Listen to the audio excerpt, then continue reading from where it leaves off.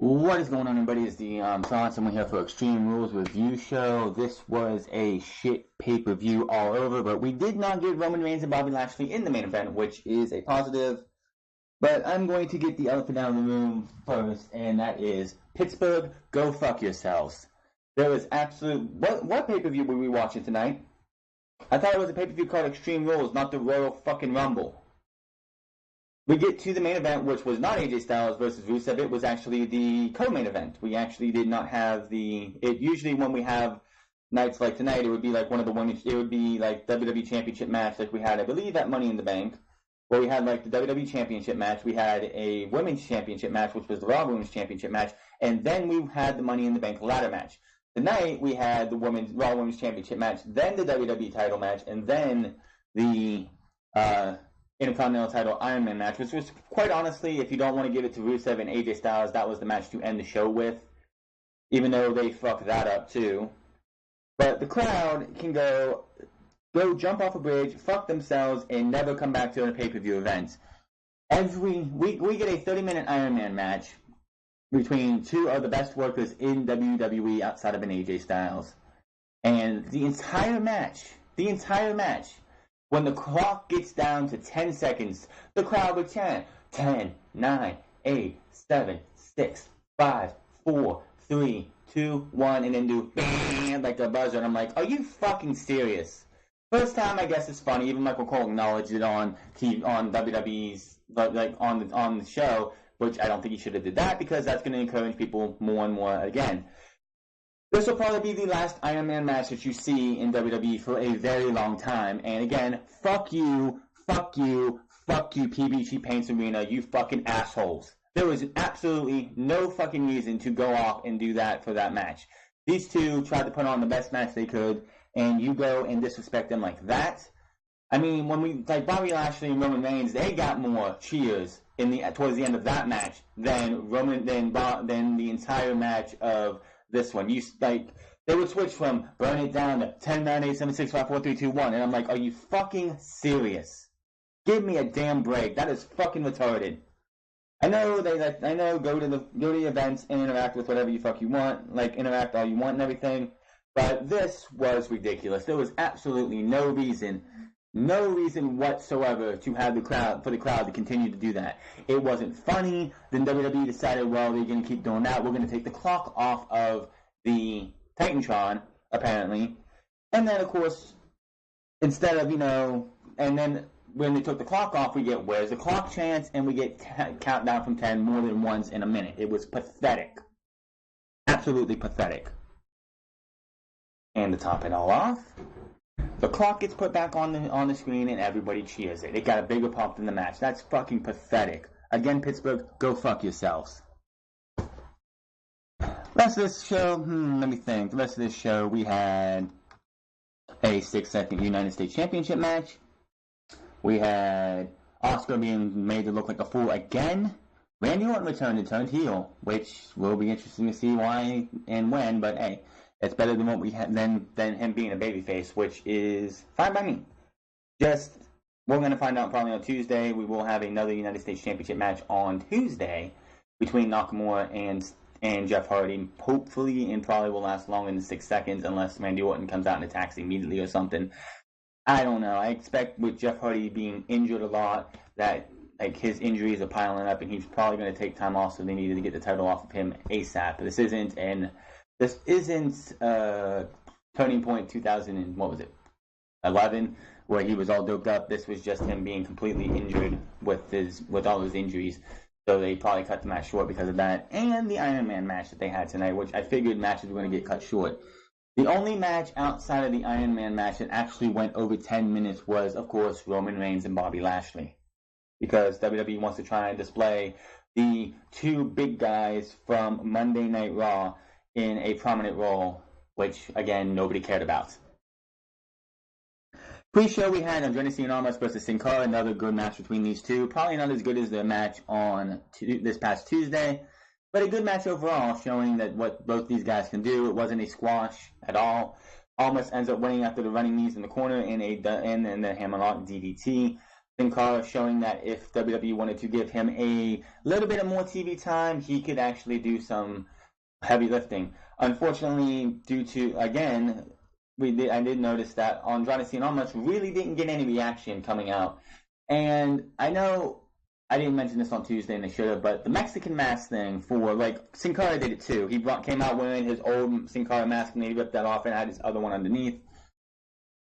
Last time, like when in NXT, when Andrade Cien Almas wore his luchador mask and threw it off, it was for takeovers. He did it for Takeover Philadelphia, he did it at Takeover New Orleans. I think he did it at Takeover War Games as well. Then he does it on a random SmackDown TV taping this past Tuesday, and then he did it tonight again. So I'm like, is this just going to be a main thing for him now?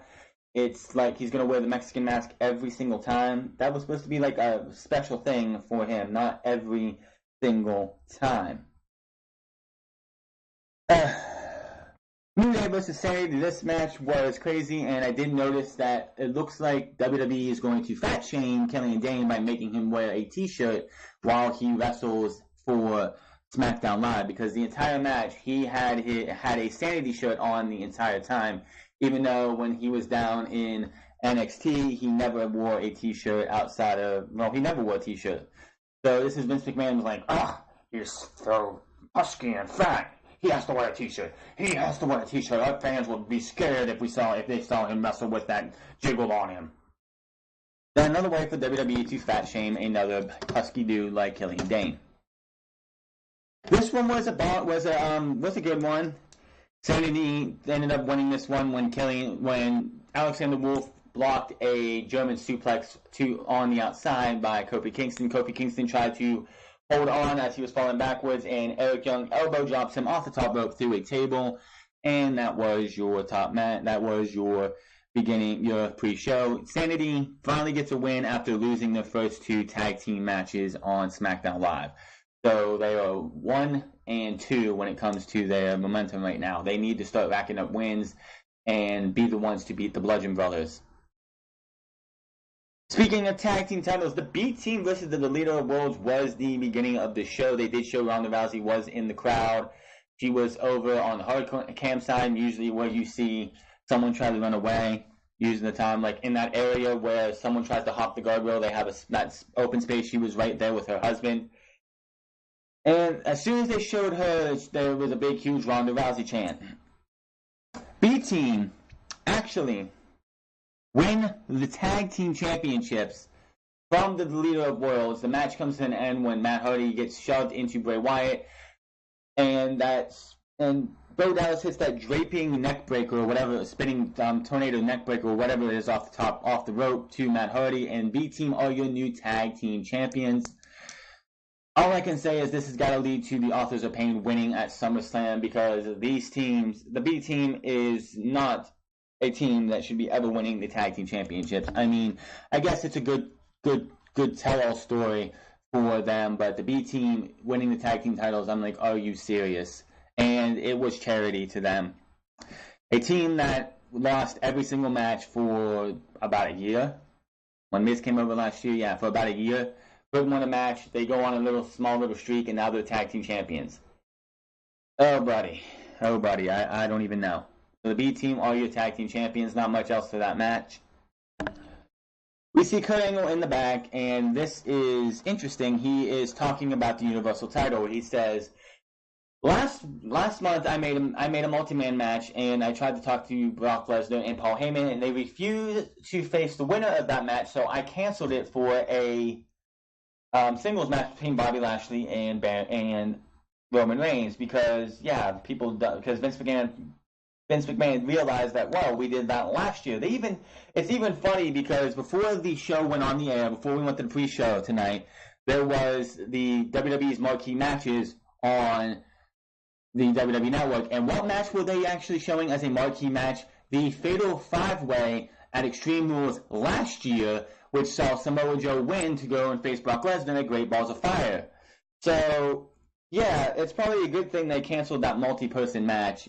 And yeah, but we got Bobby Lashley versus Roman Reigns. I'm not even going to talk about that match until later. And he says that I am getting tired of this. The fans are getting tired of this. And tomorrow night on Monday Night Raw, Brock Lesnar has 3 options. 1, show up on Monday Night Raw. 2, come to terms with a new deal for a match come to terms for when you're going to defend your title. Or 3, I'm going to strip you of the Universal Championship. Honestly, I would take number 3. I'm so tired of this whole Brock Lesnar title run. Everyone else is. Strip him of the title and let him go back to UFC. Get him out of WWE. I don't care about Brock Lesnar. So that would be what I would do, but we'll see what happens tomorrow night on Monday Night Raw. Finn Balor versus Baron Corbin. Why is this match happening? Balor wins this match with a roll-up after blocking an end of days. He tried to go for the coup de grace 2 or 3 times. Baron Corbin would stop him every time. On the last stop, Baron Corbin goes for the end of days. Balor gets through that and puts him in a inside cradle for the 3 count. Baron Corbin loses to Finn Balor. So yeah, you're wondering why is he not talking that much in these matches? Because all these matches so far have meant nothing. The B team winning tag team titles that have meant nothing for their entire existence since the brand split, really. Yeah. And, of course, Balor versus Corbin, which really nobody cared about. Why would I really want to take much effort and time and effort into these matches? So far, nothing good. In the back, we're getting ready for Asuka versus Carmella, and we'll get to that in a second. In the back, though, we see the Bludgeon Brothers and Team Hell No brawling. The Bludgeon Brothers have Kane's leg trapped and pinned in a door. And Rowan, after Harper throws Daniel Bryan into another, one of those doors, those sliding doors that come up and down, Rowan takes his mallet and hits the door, looking to have snapped Kane's ankle again, compromising him for later in the night. So it was a big question. Would we see Daniel Bryan and Kane team up later in the night to take on the Bludgeon Brothers for the tag team titles? That was yet to be known later on. Asuka versus Carmella. We can say Asuka has went from the dominating Empress of Tomorrow to blithering idiot for the 4th time since this feud between these two has started. You have James Ellsworth in a shark cage, Carmella versus Asuka. Match starts. Carmella gets a little bit of shots on her from Asuka. She asks for a chain. Ellsworth drops the chain. Asuka gets it, throws it off. Carmella tries to go over and grab it again, and the ref grabs it and throws it out of the ring. She gets a spray can from a can of spray from Ellsworth, who had it in his pocket, and Asuka thwarts that. Well, Asuka sends Carmella to the outside, and James Ellsworth, we see, they pan up, and it has something to pickpocket the lock to the shark cage. Well, Asuka is outside beating up on Carmella. Ellsworth gets out of the shark cage, but one of his bandanas, for whatever reason he was wearing bandanas on his lower legs, gets caught in the bottom of the shark cage. So James Ellsworth is hanging below, hanging from the shark cage. So what does Asuka do? Like a blithering idiot, gets back into the ring, is like, ooh, need time to beat this guy up. Starts kicking the holy shit and beating the fuck out of James Ellsworth. The crew members come in to try and lower the shark cage to get Ellsworth back into it. Asuka sends them away. Carmella, she's waiting for the cage to come back down to be able to beat up on James Ellsworth some more. Carmella comes from behind, shoves her into the shark cage, which should have been a DQ first and foremost. That's using a foreign weapon. And Asuka is beat again. Why? Why are we trying to help Carmella win every single match? This woman can't fucking wrestle, and you make one of the most talked about women coming into this year look like a fucking idiot again. If I'm Kairi Sane, if I'm Io Shirai, I'm not wanting to go. I don't want to be in NXT. I don't want to come up from NXT. Io Shirai just is part of the Mae Young Classic, and Kairi Sane is going to be in a triple threat match, which has been announced this Wednesday for a chance to face Shayna Baszler. If I'm both of those women, I don't want to go up to the main roster because the fate of Asuka is what we're going to be seeing too, because Vince McMahon likes to pretty much humiliate the Japanese wrestlers. It was pathetic. It should not have happened. I don't know what the fuck WWE's thinking about. Why would you keep Carmella with the women's championship? And why is James Ellsworth still employed? This was pathetic, and I never want to see this shit again. Asuka, again, looks like a blithering idiot. Jeff Hardy versus Shinsuke Nakamura. Oh, this one was quick in that. They do the nice little announcements. Jeff Hardy, Shinsuke Nakamura were announced by the ring announcer. Referee goes to put the title away, put the title off to give it to the ringside area. When Nakamura low blows Jeff Hardy behind his back, referee turns around, asks Jeff Hardy if he's okay. Jeff slowly gets up and eats it, and as soon as the bell rings, Ichigan shouts out 1, 2, 3. Shinsuke Nakamura is your new United States champion in 6 seconds. I chalk this up that Jeff Hardy is injured a lot and they want to get the title off of him. But 6 seconds? Really? 6 seconds. That's all you give this match. Nakamura is celebrating, and all of a sudden, Randy Orton's music hits. Nakamura gets out of the ring, gets on this ring on the, I think it was the German announce table. Him and Randy Orton have a stare down. It's like, okay, maybe that's the next challenger. And then Jeff Hardy gets up. Randy Orton, I thought, was going to hit him with an RKO. That's what it looked like was going to happen. But he just grabs John Hardy's leg, sweeps him down, pulls him wide, and hits him, like, steps on his balls. And I'm like, Jeff probably doesn't want to have kids again. And he's got 2 girls or 3 girls. I think he's good with kids. But, yeah, that had to hurt. So, looks like Randy Orton finally is going to be a heel again. I know he wants to be a heel. I know fans want him to be a heel. This will be interesting to see what happens on Tuesday. Jeff Hardy was told in the back that, like, it was said in the back that Jeff Hardy wants to and pretty much get his rematch on Tuesday, which tells you that Jeff Hardy will not regain his his United States Championship. Usually, when you have a rematch clause coming in, especially off a pay-per-view, the next night or 2 nights later, depending on if you're on Raw or SmackDown, that just says they're probably going to lose their championship rematch just to get them out of the way. So Nakamura can go up against somebody else. Who that is going to be, I don't know. That's the problem. With Randy Orton looks like he just turned heel again. Having Shinsuke Nakamura as champion, I mean, Shelton Benjamin, maybe. Ty Dillinger, maybe. Maybe a member of the New Day. I don't know. I honestly don't know who could be going up against Shinsuke Nakamura after tonight. It looked like it was going to be Randy Orton, but then you had Randy Orton turn heel tonight again, so I don't know who's next for Nakamura. Maybe a Samoa Joe turns babyface. I don't know. Daniel Bryan would be a good one, but there's still talk about him. There's also talk about him possibly getting his deal done, which could be probably announced in the next few days. And if it is, I'll let you know on Unscripted this Saturday. Braun Strowman versus Kevin Owens was the next match, and holy fuck, the end of this match. Kevin Owens, of course, at the beginning of this match, tried to do as much as he could to run away from Braun Strowman as much as he could. Braun Strowman then gets him, backs him in the corner and says, "You say fight Owens fights, then fight me. You're a coward." That pumps Kevin Owens up, and he actually goes and fights Braun Strowman for a bit. He ends up hitting, Braun Strowman ends up running himself into the cage, and that leads to a cannonball and a frog splash off the top rope by Kevin Owens for a 1 count, not a 2, a 1 count. The rest of this match, Kevin Owens gets his ass beat.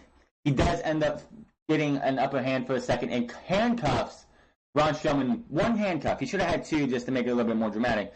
But has cuffs one of Braun Strowman's hands to the ring ropes, beats him up a little bit more, and then says, "Braun, stuck it," starts to climb up, blows a kiss to Braun Strowman. He climbs up, starts climbing up, but Braun Strowman rips the cuff off, which I saw that coming.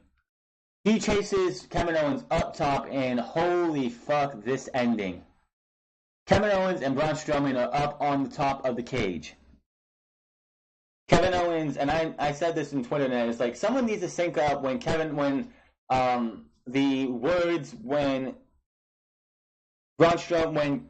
Undertaker threw Mankind off of the Hell in a Cell into the announce table with what happened at the end of this match, because I think it would sync up really nice. you had Braun Strowman grab the throat of Kevin Owens and just throw him, not pull him up and pick him up and throw him, like choke slam him down. He threw him off of the top of the steel cage through the announce table. Kevin Owens looked like he was dead. Absolutely looked like he just died right then and there. Braun Strowman loses the match, but at what cost for Kevin Owens? Kevin Owens definitely got destroyed in this match, and it's like, how much more is Kevin Owens going to take for punishment for this thing? This should be it. Braun Strowman comes down, gets out of the ring, and says, "Your winner is Kevin Owens," and just walks off laughing.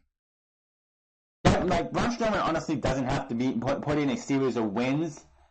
Losing this way was interesting. I didn't expect this to actually go this way, but damn, it went that way. Braun Strowman, as Mr. Monster in the Bank, doesn't have to be like on a massive win streak. He could just show up at SummerSlam and win the Universal title, and there you go. But that was definitely one of the holy fuck moment, a holy shit moment of the night. SmackDown Tag Team Championship match. This match, I don't even know what the goddamn point of Team Hell No was for. If this is what you were going to do for Team Hell No, why the fuck did you even put them back together? As you remember earlier in the night, that Kane was taken out by the Bludgeon Brothers by destroying his leg. Daniel Bryan was tasked to take it on himself. It was Daniel Bryan and the Bludgeon Brothers for a majority of this match. Daniel Bryan did fight very hard. I was like, are they going to have Daniel Bryan win this match on his own? But they get towards the end of this match, and Kane's music hits. He comes out hobbling with a leg cast on. This is Kane. This is a guy who, as Corporate Kane, had his leg supposedly crushed, and I think he was feuding with Seth Rollins at this time. But Kane, who supposedly had his leg crushed, put in an ambulance,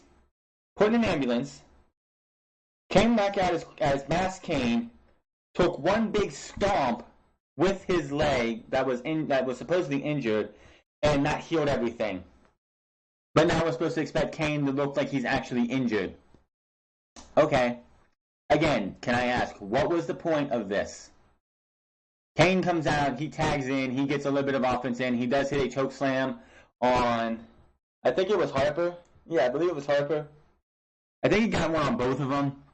He ends up having to tag Daniel Bryan back in. Daniel Bryan gets hit with a Doomsday Device clothesline-like maneuver for the 1-2-3. What was the fucking point? This match seemed absolutely pointless. Was it supposed to show that Daniel Bryan has all the heart in the world? We already knew that. Why this match was even put on made absolutely no sense to me at all. They just gave you a nostalgic feeling of Daniel Bryan and Kane for Team Hell No for absolutely no reason. And then you don't even go through with a full match. You had Kane get compromised earlier in the night after 2 matches in the show, and then comes out hobbling on one leg. This made absolutely no sense. Where does Daniel Bryan go from here? I don't know. People want to see Daniel Bryan versus Miz at SummerSlam, but this, I just don't get why they did this. It made no sense. This match was the biggest, out of everything that happened, even with Carmella winning the way she did, this match just confused the hell out of me. Absolutely confused the hell out of me. Then we had what I thought was going to be the main event. I'm glad it wasn't the main event. It made no sense for it to be the main event, but it to be here, this is like the second hour, I believe it was. I believe this came in at the 8:30 hour, because we started at 7 instead of 8 now. But it was Roman Reigns versus Bobby Lashley. Crowd did not give a fuck for the majority of this match. There was We the People chant, Rusev Day chant, we want beach balls, let's go Roman, Roman sucks. This match was another who cares match. Bobby Lashley ends up winning this one with a spear while Roman tried to go for his. Bobby Lashley, for some reason, wanted to go up top towards the end of this match. Roman Reigns hits him with a Superman punch. And Bobby Lashley, he goes for his spear, the worst spear in the business. Bobby Lashley hits him with his spear, which does look a hell of a lot better. I'm just saying, and Bobby Lashley is your winner. So, where do these two go from here? I don't know. We will see what happens tomorrow. we want to try and get sympathy for Roman Reigns' agenda obviously continues after tonight because Bobby Lashley beat him and Roman Reigns cannot win the big one. That is what we're getting from here. Is Bobby Lashley beat Roman Reigns because Roman can't win the big one, so fans will cheer him. Fans weren't cheering tonight. Fans didn't care. Fans did not care who won this match. I think they did cheer when Bobby Lashley won it because the match was over, not because Bobby Lashley won. But you let me know in the comment section below what you think of that, because that's what it sounded like to me, was that the fans did not give two motherfucks about this. They just wanted the match to be over. And it was. In the most anticlimactic way ever, but you know what I mean. Nia Jax versus Alexa Bliss for All Women's Championship match, Extreme Rules. This match was awful. This match was absolutely awful. You had Nia Jax had Natalya out with her, who looked like she was ready to throw down in the ring, while you had Mickie James out with Alexa Bliss, who looked like she was ready to walk the red carpet. Why did she come out dressed like that is beyond me. She handing Alexa Bliss weapons at the beginning of this match, and Alexa Bliss is trying to use them against Nia Jax. Nia Jax, before I go anywhere else, last month, this makes no sense to me whatsoever. Last month, you have Nia Jax being a total bitch and horrible and like a bitch towards Ronda Rousey. Ronda Rousey was at ringside for this match. We all know she was going to get involved. I mean, come on. But Nia Jax is coming down with Natalya, and Ronda Rousey is sitting there clapping and smiling, happy to see Nia Jax. Did they want us to forget that just a month ago these two were trying to tear each other apart at Money in the Bank? Like, really? Is that what we're getting from this? This match was awful. Both women were sloppy. Both women show why they should not be in the Raw Women's Championship match. And yet you have like the two who should have been fighting for the Raw Women's Championship, Bayley and Sasha Banks, in therapy. This match should not have been on this card. Midway through the match, Ronda Rousey's friend is getting double teamed by Mickie James and Alexa Bliss, and I mean Natalya. She's getting beat down by both of them. Ronda Rousey's like, I can't watch this anymore. She jumps over the barricade and beats down Mickie James. This portion gets on my fucking nose because you have Ronda Rousey beat down Mickie James from pillar to post, inside the ring, outside of the ring, and throws her over the German announce table. That should have been it for Mickie James.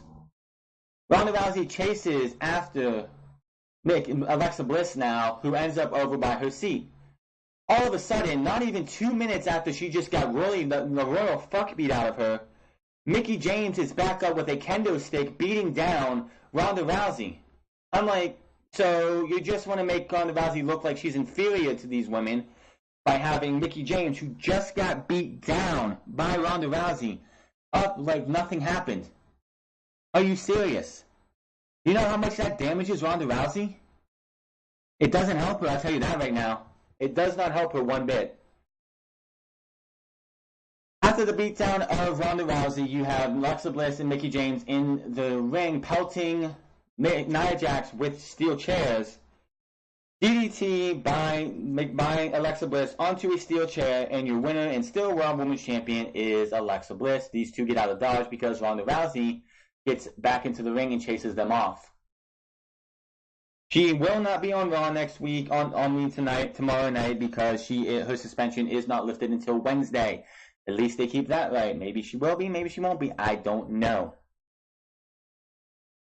So, AJ Styles versus Rusev was the next match, not the main event, but the co-main event.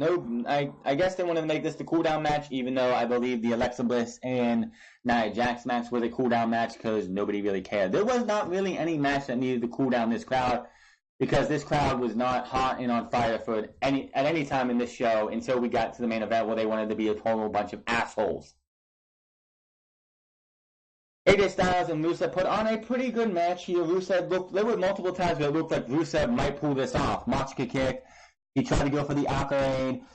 Aiden English cost him a portion of this match because when the referee wasn't looking towards the end of this match, Aiden pulls off one of the top turnbuckles. Rusev ends up going into the top turnbuckle with his head and ends up beating a 450, but he kicks out of that. Phenomenal forearm after Aiden English gets hit with a drop kick by AJ Styles, and AJ Styles is your winner. The only negative I take from this, and yes, Rusev did hold his own and did impress me with how he looked in this match. He did look like he belongs in the main event title picture down the line. The only thing that I wish they would have did was have a random Samoa Joe come out, and while AJ Styles was up on the ramp, holding the title up, a random Samoa Joe comes out and, gets him in the clutch and puts him to sleep. And that would have started the build towards a match at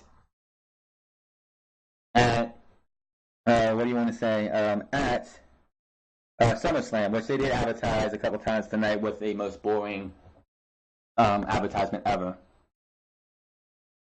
Then we get Seth Rollins versus Dolph Ziggler. This match will probably be the last Iron Man match we see for a very, very long time because the crowd is, again, a bunch of assholes.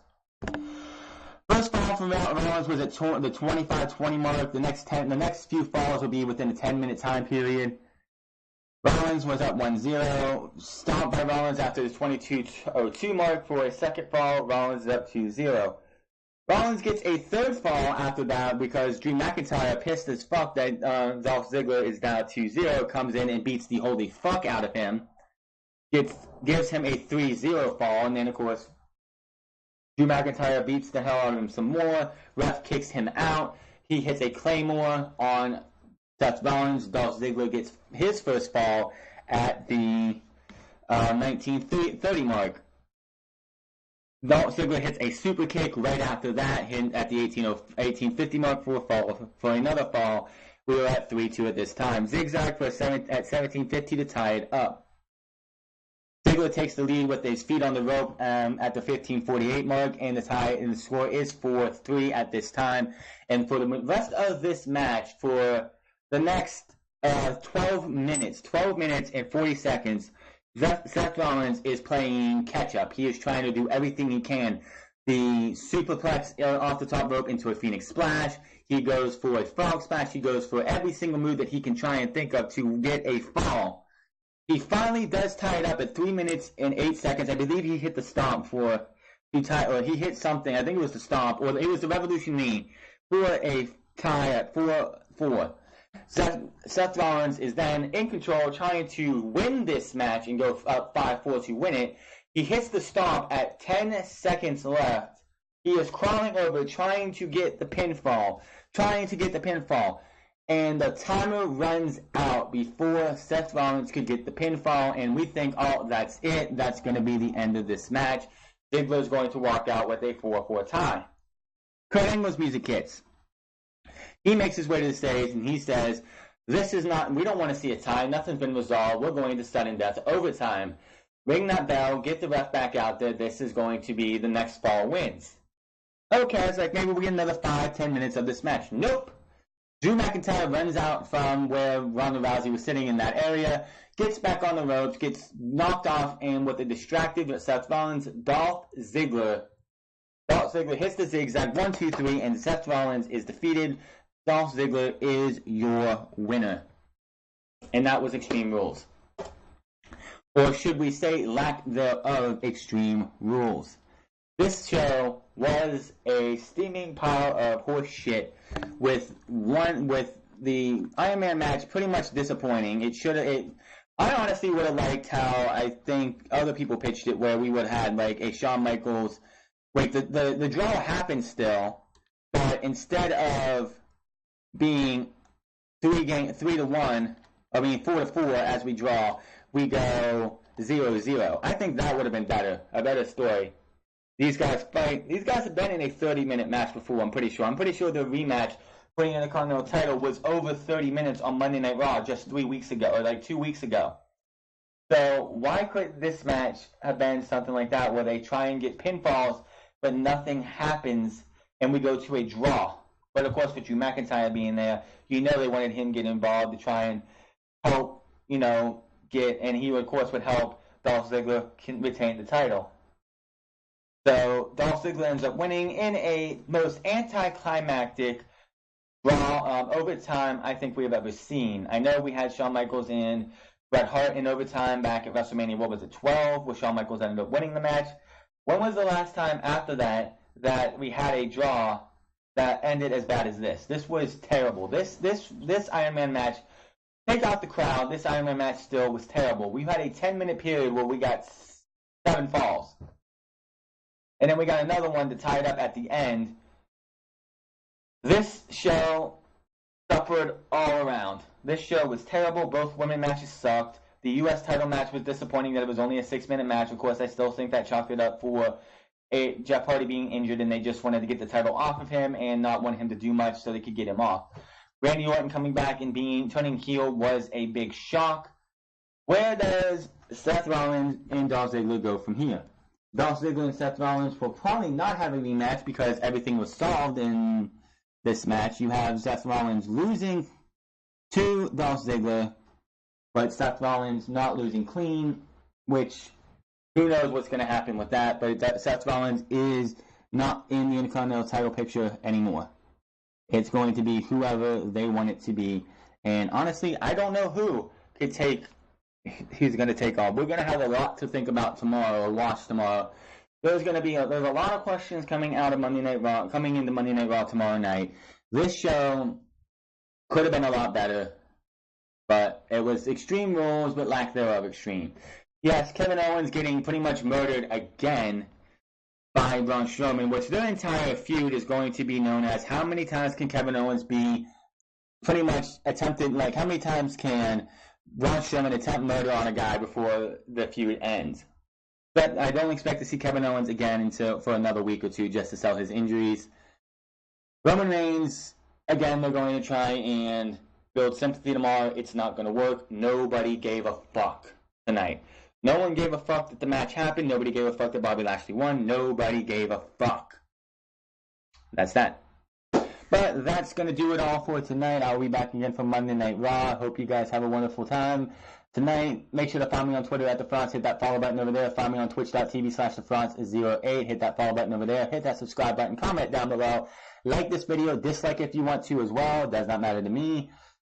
And let me know what you thought of Extreme Rules. This show was crap all around. With only a few high spots, and every match felt short. And that's probably because of the Iron Man match. And the Iron Man match fell apart, in my opinion. Until then, my name is TheFrance, and I will see you guys tomorrow.